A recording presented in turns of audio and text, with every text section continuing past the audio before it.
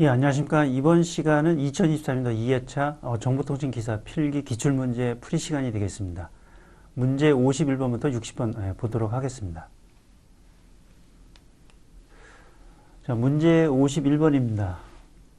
다음 보기의 문장 가로 안에 들어갈 적합한 용어는 라우터를 구성한 후 사용하는 명령인 트레이스 명령이 있습니다.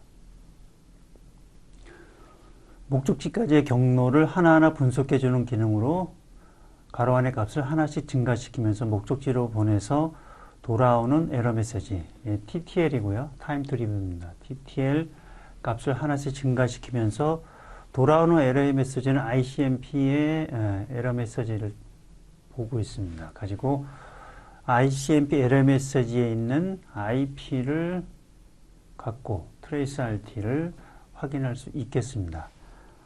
그래서 답은 TTL인 거고요. 그 내용을 좀 더 보도록 하겠습니다. 자, 일반적으로 우리가 PC입니다. 노트북에서 웹서버를 접속하죠. 이런 식으로 HTTP 프로토콜을 이용합니다. 이때 웹브라우저를 이용해서 접속을 하는 거고요. 자, 일반적으로 여기까지 웹서버까지 접속을 한다고 할 때 첫 번째 클라이언트에서 트레이스 명령을 쓰는 방법은 트레이스는 첫 번째 라우터가 1번, 2번, n개까지 있다고 하겠습니다. 웹서버까지 접속하는데 n개의 라우터가 있다고 하면은 첫 번째 트레이스 명령을 할 때는 타임트리브 TTL을 1번을 놓습니다. 1번을 해서 보내고요. 그럼 첫 번째 라우터로 도착하고 나면은 얘는 바로 2를 썼으니까 0으로 돼버리는 거죠. 그러니까 이 라우터에서 에러 메시지를 줍니다. ICMP 에러 메시지를 회신해 줍니다. 그때 ICMP 에러 메시지에 이 라우터의 IP 주소를 알 수 있는 거죠. IP 주소를 같이 해서 보내기 때문에 R1의 IP 주소를 획득할 수 있겠습니다. 획득하고 나면은 그 다음에는 TTL 2번으로 보내는 거죠. TTL 2번으로 보면 1호, 2호 해서 여기까지 도착하는 거죠. 그러면 2번으로 보면 여기서도 TTL이 이제 0이 되다 보니까 다시 여기서도 에러 메시지를 보내주는 거죠. 에러 메시지를 보내줄 때 R2의 IP 주소를 알 수가 있습니다. 이런 식으로 트레이스가 계속 되는 거고요. n개까지 해서 최종 웹서버까지 접속을 하겠습니다. 실제 ICMP 에러 메시지는 이런 식으로 ICMP time exceed 에러 메시지를 봅니다. 이 안에 이 각각의 라우터의 IP 주소를 확인할 수 있겠습니다. 예, 실질적으로 트레이스 할 때에서 이런 명령을 할 때 리눅스 기반입니다. 트레이스 루트를 할 때는 트레이스 명령을 할 때 각각의 도착할 때 타임 투 리브 값을 감소시킵니다. 그래서 TTL 값이 0이 되면은 이 라우터는 ICMP 에러 메시지를 보내는 거고 이 에러 메시지 안에 각 라우터의 IP 주소를 확인할 수가 있겠습니다. 예, 실제 PC에서 트레이스 루트입니다. 구글을 접속할 때 이런 식으로 각각의 IP를 최종 접속하는 전까지 구글.com까지의 가는 경로에 있는 각각의 라우터의 IP 주소를 우리가 확인해 줄 수가 있는 거고요. 동일한 방식으로 네이버도 해봤는데 네이버는 ICMP 에러 메시지를 차단시켜 버려가지고 다 보여주지는 않고 있습니다. 보안 때문에 그런 거고요. 예, 문제 52번 보겠습니다. IP 기반의 네트워크의 OSPF 대표적인 인테리어 게이트웨이 프로토콜로 링크 스테이트의 라우팅 프로토콜입니다. 국내 ISP 사업자가 많이 쓰고 있는 라우팅 프로토콜이고요. OSP에서 갱신 정보를 인접 라우터에 전송하고 인접 라우터는 다시 자신의 인접 라우터의 갱신 정보를 즉시 전달합니다. 이때 갱신 정보가 네트워크 전역으로 신속하게 전달되게 하는 과정을 답은 플로딩 과정이고요. 관련된 내용을 보도록 하겠습니다. 자, 일반적으로 OSPF의 각 라우터에서 토폴로지를 구성하는 방식입니다. 이때 플로딩 과정이 일어나고요. 보시면은 첫 번째 라우터입니다. R1이 R란이 자신의 링크 정보를 다른 라우터 쪽으로 전파를 합니다. 그러면 이를 수신한 R2와 R3가 있겠죠. 얘가 인접으로 다시 플로딩을 합니다. 그래서 R란이 보낸 거, 그 다음에 R2에서도 동일한 거죠. 인접 라우터 R4, R3, R5, R란으로 보내주고 나면 각각의 이것들이 다 플로딩 과정을 다 하는 거죠. 동일합니다. R3도 관련된 이쪽에서 다 플로딩 과정, R4도 똑같고, R5도 똑같고, 그 플로딩 전체 토폴로지를 다 하나로 만들어주는 거죠. 각각을 만들어주면 이런 식으로 하나가 되는 거죠. 그러면 이거에 관련된 OSPF는 인테리어 게이트 전체가 다 동일한 토폴로지를 맵을 확보할 수가 있습니다. 그렇게 하는 과정에서 플로딩 과정이 있습니다. 이런 식으로 각각의 플로딩 과정을 합니다. LSDB 데이터 이런 것들을 가지고 이렇게 메시지를 관리하는 거고요. 그래서 R란이 이렇게 플로딩하는 과정을 좀 보여준 거고요. 실제 OSPF는 링크 코스트 기반입니다. 그래서 코스트를 어떤 식으로 확인하냐면 이런 식으로 확인해 보면 되는 거고요. OSPF 인터페이스 이더넷 제로.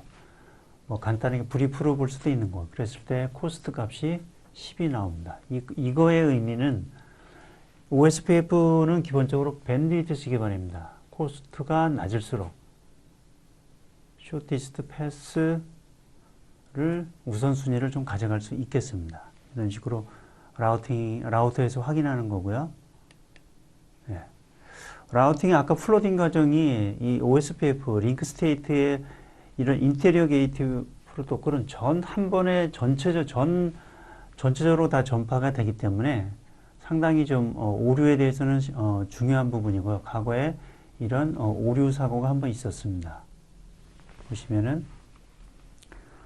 그때 보면 ISIS와 BGP 라우터 했는데 이게 마지막에 오류가 발생했었고요.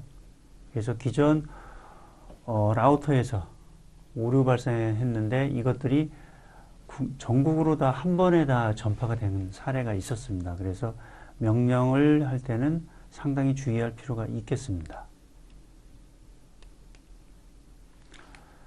다음 문제 보겠습니다. 문제 53번입니다. 평균 고장 발생 간격이 23시간이고 그 다음에 평균 복구 시간이 1시간인 정보통 시스템의 일일 가동률입니다. 예, 보시면은 MTBF는 평균 고장 간격입니다. 여기서는 평균 발생 고장 간격 23이 되겠죠. 그 다음에 MTTR 평균 수리 시간입니다. 평균 복구 시간과 같은 의미인 거고요. 그래서 1이 되는 겁니다. 이 식에다 그냥 넣으면 되겠죠. 계산하면은 95.83%가 되겠습니다. 다음 문제 보겠습니다. 문제 54번입니다. 다음 중 교환기의 과금 처리 방식 중 하나인 집중 처리 방식입니다. 카마라고 하는 것에 대한 설명으로 틀린 것은 교환기 시내 전화, 시외 전화 이런 시외 전화 교환기 단에서 일반적으로 많이 했던 거고요. 약간 오래된 문제가 되겠습니다. 보시면은 옛날 이전 전화국 기반입니다. 전화국의 유선 전화 교환의 과금 처리 방식을 할 때 항상 문제가 나왔던 게 라마 방식과 카마 방식을 항상 비교했었던 거고요. 간단하게 보면 라마 방식은 과금 자료입니다. 과금의 그 테이프를 직접 그 마그네틱 테이프를 운반을 하는 겁니다. 온라인이 아니라 오프라인 기반으로 운반해 가지고 과금 처리했던 거고요. 지금은 그렇게 쓰지 않는 거죠. 다 지금 실시간 온라인 방식으로 과금 처리한다. 이 방식이 카마 방식입니다. 틀린 것을 보면은 다수의 교환국 만들 때 유리하다. 맞는 얘기고요. 신뢰성이 좋은 전용선이 필요합니다. 각각의 교환기에서 교환기 간에 전용선이고 상당히 과금의 자료니까 상당히 중요한 거고요. 좋은 전선이 필요한 거고요. 유주보수에 많은 시간이 소요된다. 상대적으로 라마에 비해서는 소요되는 시간이 적게 되겠죠. 과금센터 구축에 큰 경비가 들어간다. 이런 라마에 비해서는 비용적으로 좀 클 수가 있겠습니다. 그래서 답은 3번이고요. 다음 문제 보겠습니다. 문제 55번입니다. 다음 중 네트워크 통신의 패킷 교환 방식과 관련된 내용으로 틀린 것은 항상 뭐 기본적인 문제인 거고요. 패킷 교환 관련자 첫 번째 축적 전달 스토어 앤 포워드 방식이다. 당연한 거고요. 항상 축적 전달 기반입니다. 그 다음에 두 번째 지연이 적게 요구되는 서비스에 적합하다. 패킷이다 보니까 실시간적인 부분은 또 가능하지만은 예, 데이터그램이나 이런 것들은 상당히 빨리 보내서 가능하긴 합니다. 하지만은 지연이 적게 요구되는 서비스에는 서큐트 방식이 보다 더 적합하겠습니다.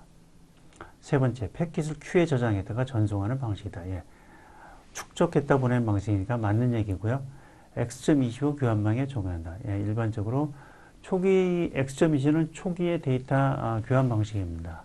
해당이 패킷 교환 방식 중에서도 버추얼 서큐트 방식을 많이 썼습니다. 지금은 그 이후에 X.25는 좀 더 발전해서 프레임 릴레이 형태로 발전이 됐던 거고요. 이 시대에 이때부터 이제 이더넷이 주로 이제 사용이 됐었습니다. 과거에 했던 방식인 거고요. 보시면은 여러 번 설명했던 겁니다. 회선 교환 방식, 메시지 교환 방식. 아까 전에 회선 교환에 맞서 전용의 전송로를 읽고 대화식입니다. 실시간적인 부분들이 있기 때문에 회선 교환 방식이 이런 패킷 교환 방식보다는 좀 더 유리하다고 볼 수 있겠습니다. 하지만은 이런 방식도 패킷 교환 방식도 가능할 정도로 빠르긴 합니다. 예. 우리 보이스와 인터넷 프로토콜 뭐 이런 것들도 패킷 기반이지만은 다 우리가 잘 쓰고 있는 거고요. 예. 서큐트 방식, 메시지 방식, 패킷 방식, 가상회선 방식, 데이터그램 방식. 실시간적인 거 보면은 이런 회선 교환 방식이 보다 좀 유리할 수 있겠습니다. 예, 패킷 교환 방식에서는 가상회선 방식과 데이터그램 방식인 거고요. 여러 번 설명했지만 가상회선 방식은 하나의 가상의 전송로를 만들어 놓고 그 전송로에 따라서 각각의 패킷을 이 전송로에다 태우는 겁니다. 그래서 계속 1번 패킷, 2번 패킷 순차적으로 보내는 방식이 되겠습니다. 이게 가상회선 버추얼 서큐트 기반의 패킷 스위칭 방식인 거고요. 데이터그램 방식은 각각의 패킷이 각각의 전송로를 보냅니다. 그래서 각각의 전송로가 각각 다른 거죠. 1번 패킷, 2번 패킷, 3번 패킷 각각의 다른 거고요. 순서도 재조합을 할 수 있겠죠. 어떤 루트는 시간이 좀 더 많이 걸릴 수 있겠습니다. 네, 다음 문제 보겠습니다. 문제 56번입니다. 다음 보기의 가로 안에 내용으로 적합한 것은 ATM에 관련된 거고요. ATM 셀의 전체 크기는 뭐 기본적으로 53바이트인 거고요. BICN에서 전송의 기본 단위이다. 크기가 헤더는 5바이트. 53에서 5를 빼면 48인 거죠. 48바이트가 돈을 받고 하는 유료 부하가 되겠습니다. 기본적인 문제인 거고요. ATM셀은 기본적으로 53바이트입니다. 상당히 좀 작게 잘게 쪼개져 있는 거고요. 헤더의 유형은 유저 기반과 NNI, 네트워크 기반일 때 약간 좀 차이가 있습니다. 이 부분이 좀 차이가 있는 거고요. 과거의 기출문제입니다. 20년대 2회차에 ATM셀 헤더에 대한 부분이 좀 출제가 됐었던 거고요. 이때 보면 오류에 대한 부분입니다. 해밍 코드를 쓰는 게 아니라 일반적으로 CRC를 쓰고 있습니다.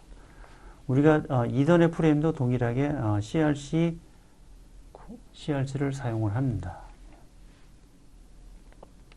과거의 기출문제 풀었던 거고요. 그때 ATM셀에 대한 부분을 설명했던 자료입니다.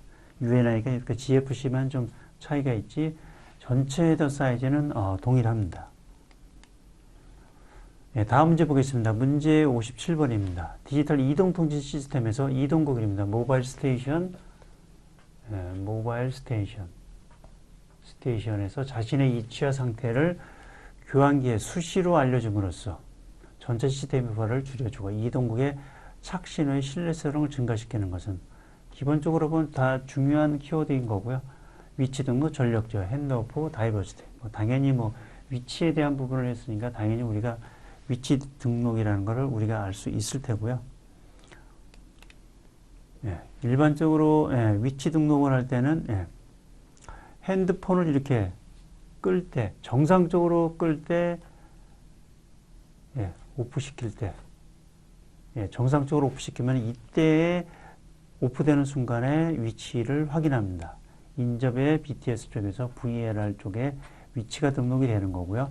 그래서 우리가 어떤 정상적으로 종료됐을 때는 위치 확인이 가능하겠습니다. 온과 오프할 때.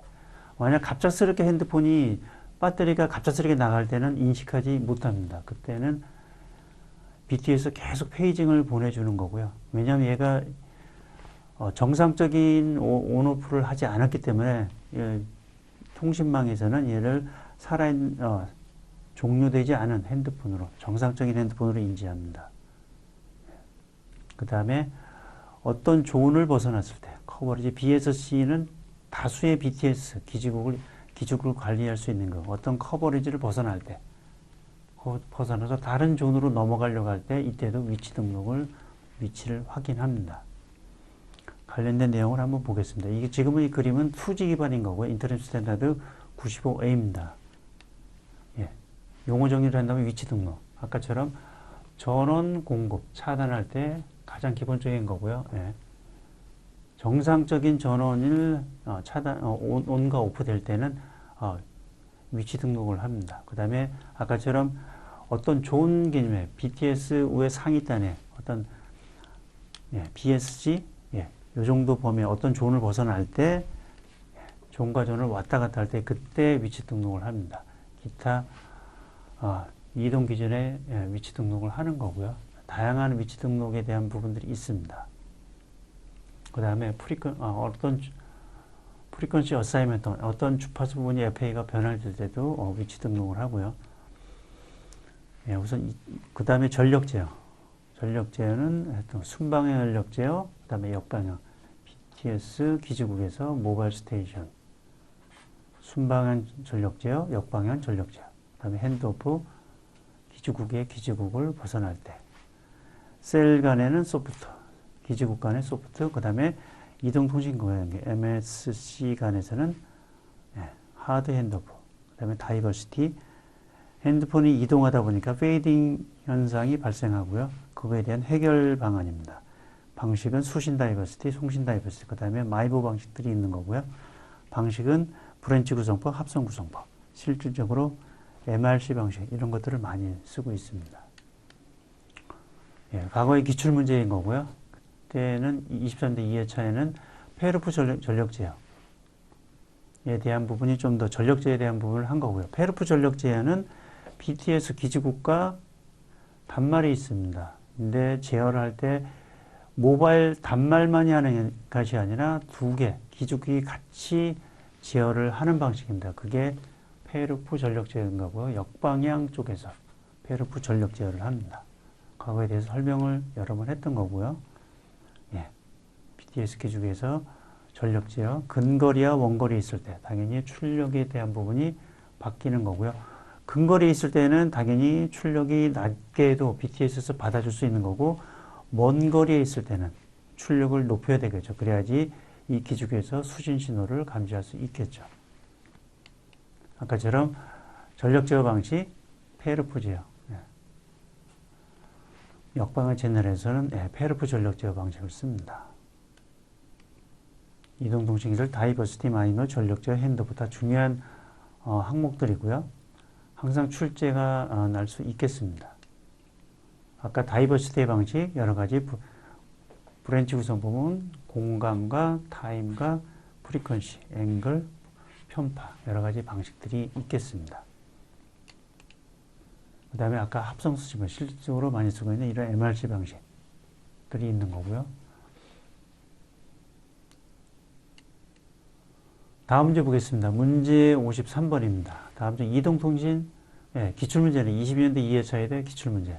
HLR, EIR, VLR 다 설명했던 거니까 이런 기본적인 용어에 대해서 항상 출제가 되고 있습니다. 이동통신 쪽에서요. EIR은 예, 이동통신사에서 단말에 대해서 예, 요금을 내는 가입자들에 대한 인증 부분이죠. 예, 같은 아까 부분이고요. 2G 정도의 네트워크 이동통신망 구성 정도는 기억을 하시면 좋겠습니다. 네, 다음 문제 보겠습니다. 문제 58번입니다. 다음 중 정지 위성에 대한 설명입니다. 첫 번째, 지구 전체 커버 위성의 수는 90도 간격으로 최소 4개다.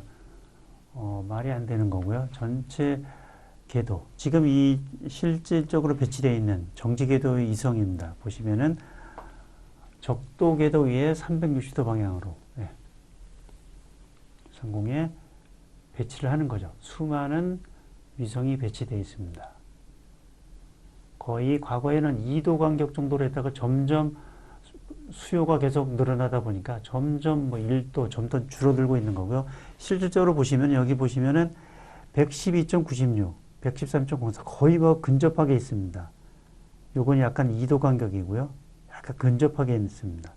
평균적으로 과거에는 2도 간격이었는데 약간 좀 더 자세 제어, 위성의 자세 제어가 좀 더 좋다 보니까 이렇게 좀 근접해서도 좀 배정이 되고 있습니다. 우리나라의 위성 예, 무궁화 5호, 3호, 6호 이런 위성들이 있는 거고요. 관련 자료는 카리의 웹에서 나온 자료가 되겠습니다. 보시면은 무궁화 5호하고 예, 5호는 17년도에 5A로 위성이 올라가고 있고 그 5호는 지금 백업으로 쓰고 있습니다. 5호는 군사용으로도 가능하게 되어 있고요. 3호 같은 경우는 지금 임차되어 있는 거고요. 지금 6호가 지금 대체하고 있습니다. 그래서 여기가 90도 간격이라는 것은 예, 아닌 거고요. 360도 쪽에 한 400개, 500개 정도의 위성을 360도를 전체로 해서 분할해서 쓰고 있습니다. 두 번째, 정지 궤도는 약 36,000km. 예. 우리가 36,000km는 지구가 자전과 공전을 하는데 자전 주기와 동일하게 24시간 예, 자전 주기와 동일한 그 거리를 계산해 보니까 그 거리가 36,000km가 됩니다. 그다음에 세 번째, 지구의 자전 주기 24시간이죠. 24시간이면서 지구를 공전하는 인공위성에 맞는 거고요. 지구의 인력과 위성의 원심의 일치하는 공간에 위치한다. 예, 맞습니다. 예, 지금 위성통신망은 최근에 이동통신망 5G로 되면서 이동통신망이 상호 경쟁 관계가 아니라 상호 보완제로 되면서 지금과 같이 항상 위성 통신에 대한 그림이 항상 들어가 있습니다. 좀 데이터량이 늘어나다 보니까 상당히 브로드캐스팅을 할 때는 위성망이 상당히 효과적입니다. 예, 실제적으로 예, 지금 궤도가 정지 궤도입니다. 여기서부터 이 정지 궤도 36,000km에 있는 거고요. 아까 말씀드린 것처럼 적도 상공에서 이렇게 현재 배치되어 있는 예, 위성의 정지 궤도 위성인 거고요. 전체 수량을 본다고 하면 아까처럼 2도 간격이 아니라 1도, 약 550개 정도의 정지 궤도 위성을 쓰고 있습니다. 전체적으로 보면 미국이 가장 많이 쓰고 있는 거고요. 예, 실질적으로 이 정지 궤도에 있는 렁닷컴에 들어가 보면 이런 실질적인 위성체를 확인해 볼 수 있는 거고요. 지금가 보시듯이 이게 무궁화 5호하고 5호가 백업이면서 5A가 있는 거고요. 지금 116도, 6호와 7호 위성들을 확보할 수 있겠습니다. 보시면은 간격들이 아까처럼 근접해 거의 한, 여기는 2도 간격이 어떤 거는 아주 근접하게 쓰기도 하고요.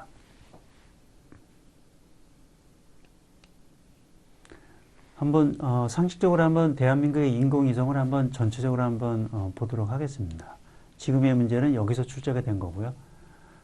통신위성도 당연히 정지궤도위성인 거고요. 정지궤도위성에 지금 기상용, 천리안 위성도 정지궤도입니다. 인터넷의 내용이 이것도 다 같은 정지궤도 위성이면서 통신위성이 되겠습니다. 지금 천리안 위성은 기상용, 그 다음에 해양, 그 다음에 지금처럼 통신도 가능하게 되어 있는 거고요. 천리안 위성은 지금 보시면은 에트리의 자료입니다. 순수 국내 기술로 성공한 어떤 위성체고요. 상당히 지금의 통신 위성 대부분 다 외국의 기술이 도입되어 있는 거고요. 이런 천리안 위성이 국내 기술로 개발이 됐습니다.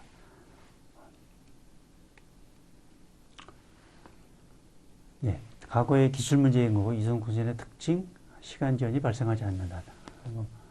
당연히 발생하는 거고요. 36,000km니까 당연히 발생합니다. 빛의 속도로 3 곱하기 10의 8승 메타/세커로 가더라도 가는 거리가 한 0.12초, 갔다가 다시 오는 감은 0.25초 정도가 발생합니다. 시간전이 발생하는 거고요. 네, 과거에 기출문제 했던 내용들입니다. 풀었던 내용이고요. 간단하게 위성만 지금 정지궤도 3개의 위성으로 전 세계가 다 커버가 가능합니다. 관련 이성체에 있는 거고요. 수많은 일의 안테나가 상당히 많습니다. 각각의 빔별로 이런 안테나가 필요한 거고요. 위성 통신이나 무선 통신이나 가장 설계하는 부분도 무선 전체에 대한 설계 부분, 링크버짓을 통해서 전체 통신망에 대한 최적화를 하고 있습니다. 관련된 부분이고요. 항상 우리가 기본적으로 우리가 출제되고 있는 절대 레벨 보면 dBm, dB와트 그 기준으로 보시면 되겠습니다. 상대 레벨은 dB인 거고요. 어떤 로스 이런 것들을 계산할 때는 dB로 계산합니다. 상대 레벨로 계산하는 거고요. 파워의 절대값입니다. 절대값을 할 때는 dBm, dB와트, dB 미리볼트, dB 마이크로볼트 이런 식으로 다 절대값으로 사용을 합니다. 실제 위성에서 쓰는 링크버짓입니다. 끝에서부터 끝에까지 절대값 값들을 다 계산하는 거고요. 링크버짓이 있다 이 정도만 보시면 되겠습니다. 위성체 미국에서부터 아프리카까지 한 번에 구성이 가능하다. 올라가는 것은 업링크, 내려가는 것은 다운링크로 표현을 합니다. 실제 위성체에서 모든 자세제를 하는 건 이런 트랜스폰더를 쓰기 위한 거죠. 여기서 서비스가 되는 거고 여기서 위성체가 돈을 버는 겁니다.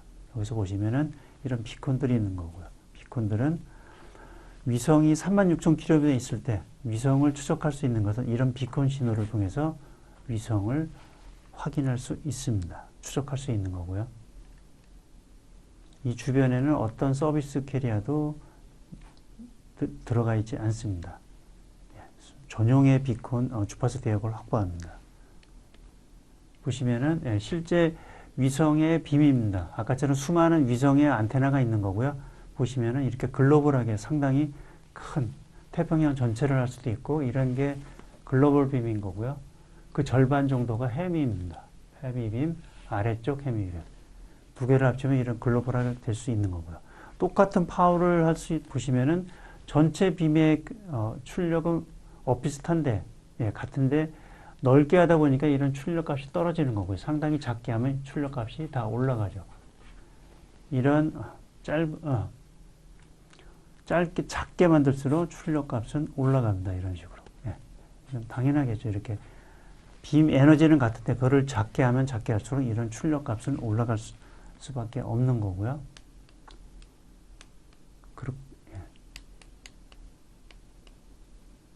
그러면 그 출력 값이 높으면 높을수록 이 수신하는 안테나 사이즈가 작아도 되겠죠. 관련된 지구부입니다. 얼스테이션인 거고요. 얼스테이션은 가끔 안테나가 카세그라인 안테나인 거고요.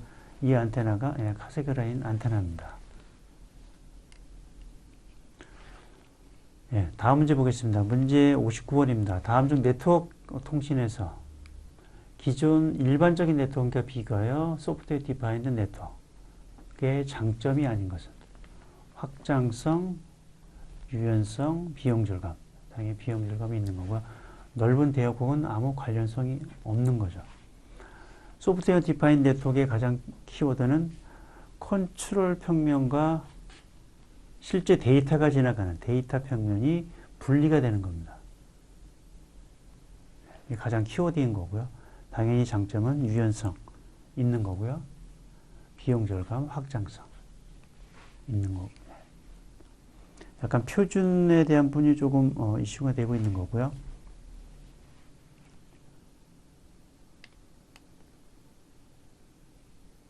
예, 보시면은 네트워크단에서도 이런 가상화 부분이 다 들어가 있는 거고요.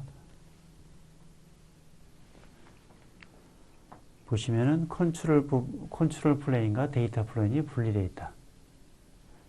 과거에는 이게 다 하나로 되어 있었죠. 어떤 시스코의 네트워크 장비 보면은 시스코 장비의 iOS 어떤 소프트웨어가 시스코 전용이었죠. 거기에 하드웨어 같이 구매를 했었던 거고요.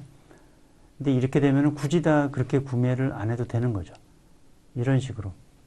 기존 장비는 다 소프트웨어, 하드웨어가 같은 벤더를, 특정 벤더를 쓸 수밖에 없는 거고요. 벤더의 의존 쪽입니다. 하지만은 이렇게 컨트롤 부분과 데이터 부분을 분리한다고 하면은, 예. 베어메탈 기반의 그냥 멍텅구리, 하드웨어를 싸게 구매해가지고요. 거기다 프로그램을 깔면은 특정 밴드에 의존적이지가 않습니다. 특정 밴드에 종속되지 않는 거죠. 그런 식으로 구성할 수가 있겠습니다. 그 기반은 이렇게 컨트롤 부분과 데이터 플레인을 구분할 수 있기 때문에 그런 거고요. 네, 이렇게 보시면은 어떤 어플리케이션이 있으면 컨트롤과 데이터가 플레인을 구분한다. 가장 키워드가 되겠습니다.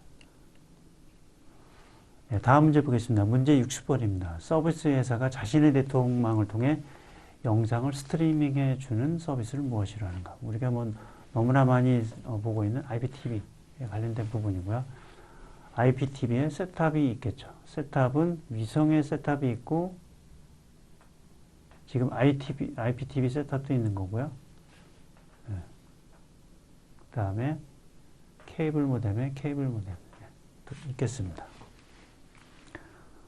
VIP, VPN 다 기본적인 부분이니까 예, IPTV만 보도록 하겠습니다. IPTV의 PP 프로그램 프로바이더 예, 국내나 해외 프로그램 프로바이더가 있는 거고요. 거기에 헤드엔드 이런 미디어 플랫폼과 전용의 프리미엄망이 있습니다. 가장 키워드는 프리미엄망이고 라우팅은 당연히 멀티캐스트 라우팅을 쓰는 거죠. 그 다음에 특정 ISP 사업자의 전용망입니다. 오픈된 망이 아닌 거고요. 전용의 망입니다. 그 다음에 마지막 엔드단에 IPTV 셋탑이 있는 거고요. 실제 저희 집에 있는 그 IP 셋탑입니다. 이런 식으로 되어 있고요. AP 공유기에 연결해서 그 다음에 TV로 연결되어 있는 거죠. 이게 TV로 연결됩니다. HDMI로 되어 있는 거고요. 리모컨과 기타 스피커 필요하면 있는 거고요. IPTV는 전체적으로 이 정도만 보시면 되겠습니다.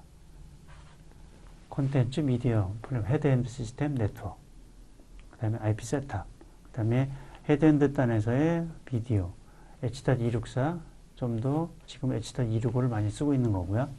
오디오 부분, 그 다음에 콘텐츠 부분, 가끔 이 부분도 시험에 출제를 하고 있습니다. 카스 기능, 그 다음에 DRLAN 기능, 그 다음에 네트워크는 멀티캐스팅 기반이고 클로즈 넷이다. 프리미엄 네트워크이다. 그 다음에 셋탑에 대한 부분은 아까처럼 가입자 단에 들어가는 방송 수신 장비다. 자, 이렇게 해서 설명을 마치도록 하겠습니다. 네, 수고하셨습니다.